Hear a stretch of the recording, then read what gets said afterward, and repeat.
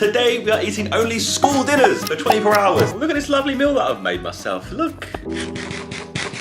Basically, the whole meal curls. I'm actually gassed about these. It's just so good back in school times. Will it be as good from a freezer? We'll see.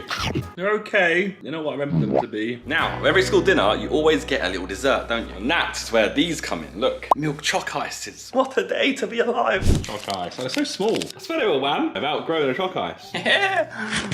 Ah, choc ices. This is so good, isn't it? But yeah, that is meal 1 done. Now, the question is, what do you eat at 2:40 a.m. in the morning? I think it has to be, right? Dinner is served. Oh my God, I'm so happy, you know. All right, Stacky Dinosaur, let's go.